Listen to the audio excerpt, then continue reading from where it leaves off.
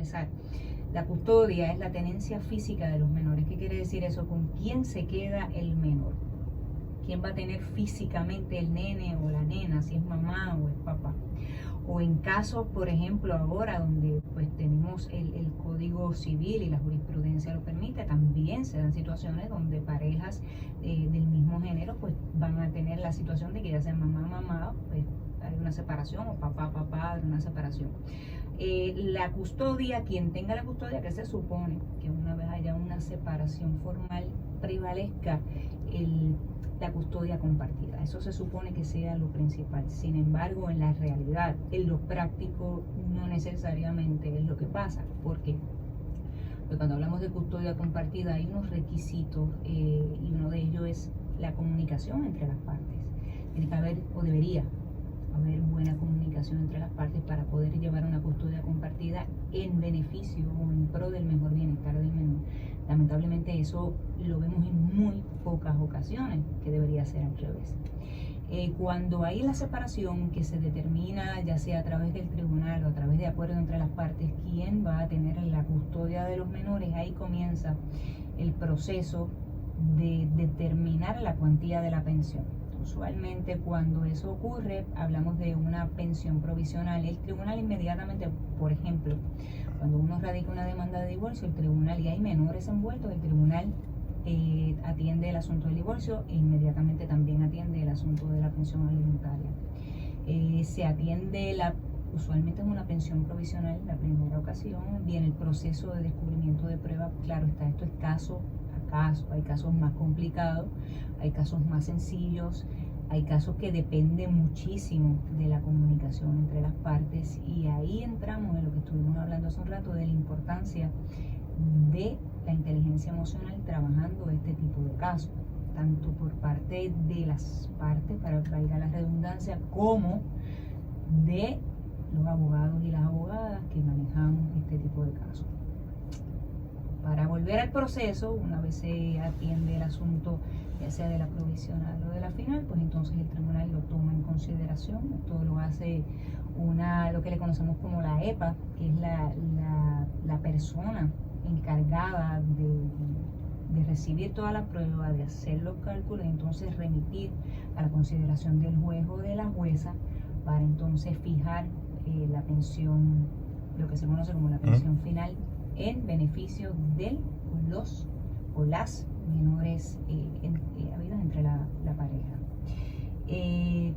A esos efectos, pues entonces esa pensión estaría vigente durante el término de 3 años. ¿Qué quiere decir eso? Miren, 3 años desde que se puso la final hasta que pasen 3 años, se supone que esa pensión no se toque, a menos de que haya una situación de un cambio drástico en el ingreso de alguna de las partes, y entonces eso pues le abre nuevamente las puertas a solicitarle al tribunal una revisión de pensión alimentaria. Estamos hablando obviamente de la pensión alimentaria a través de los tribunales. Correcto. Pero también los padres podrían llegar a un acuerdo de manutención de la criatura sin necesidad de llegar al tribunal. Sí, se puede llegar a un acuerdo, pero usualmente el mejor bienestar del menor, ese acuerdo es acogido o no por el tribunal. Lo más beneficioso, obviamente, cuando se trabaja a través de los abogados y a través de las personas encargadas, que son la EPA, es que se hacen los cómputos. Y eso está pasando mucho. Antes no pasaba tanto, ahora sí, y es bueno. Llegamos a un acuerdo, pero el acuerdo no debe estar muy lejos de la realidad. ¿Por qué? Porque no se puede perder la perspectiva de que esa niña o ese niño tiene que recibir lo justo para sobrevivir, para tener una buena educación, para tener una buena salud y para poder desarrollarse. Ciertamente la visión que se tiene de las pensiones a nivel de los adultos tiene una connotación lamentablemente negativa, y tenemos que cambiar eso. Tenemos que empezar a pensar que ese dinero que se está pagando, tanto sea mamá no custodia o papá no custodio, o papá o mamá co-custodia, ese dinero es para los menores y es su responsabilidad. Eso es así, eso es correcto. Licenciada, cuando usted ahorita me estaba hablando de que se hace un análisis, ¿qué se busca? Por ejemplo, ¿qué información es la que se busca del padre no custodio para ponerle el pago de la pensión alimentaria? Los ingresos, ¿qué es lo que se busca? Mira, cuando se busca de los dos. Cuando se hacen los cálculos, ambas partes tienen que llenar lo que se llama la famosa PIPE.